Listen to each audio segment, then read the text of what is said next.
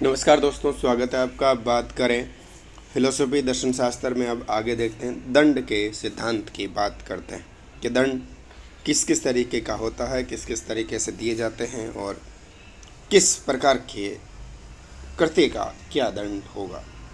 अपराध करने का नियम विरुद्ध कार्य करने वाले व्यक्ति के शारीरिक मानसिक कष्ट देना ही दंड है। प्रतिरोधात्मक दंड पहला, ठीक है। इस सिद्धांत के अनुसार अपराधी को दंड देने का उद्देश्य यह है कि भविष्य में अन्य व्यक्ति को अपराध करने से रोकना। इस सिद्धांत में अपराधी के सुधार के संबंध में कोई बात नहीं की जाती है, बस येन कैन प्रकरण उससे कोई दूसरे बस ना करे, इसके लिए। इस सिद्धांत में अपराधी को अन्य व्यक्तियों के हित का साधन मात्र माना जाता है। यदि इस सिद्धांत को माना जाए तो अन्य व्यक्तियों को सुधारने के लिए निरपराध व्यक्ति को भी दंडित किया जा सकता है, यानी बिना अपराधी के, बिना कोई अपराध किए को भी। ये सिद्धांत व्यक्तियों को भयभीत करके उनमें सुधार की बात करता है। ये दंड का सिद्धांत इस बात की भी उपेक्षा करता है कि अपराधी को उसके अपराध के अनुपात में ही दंड मिलना चाहिए, कोई जरूरी नहीं है।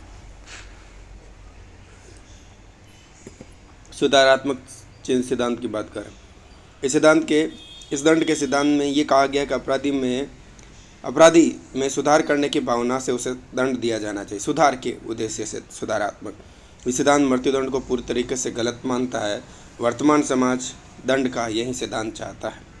आलोचना इसकी होती है तो कई बार अपराधी को माफ़ कर देने से भी उसमें सुधार की संभावना ज़्यादा होती है। जिस व्यक्ति में सुधार किया जाना है उसे स्वयं इस बात का एहसास होना जरूरी है कि उसे दंड सुधारने के लिए दिया जाना चाहिए, तो उसको ध्यान देना चाहिए कि मुझे सुधारने के लिए दंड दिया जा रहा है।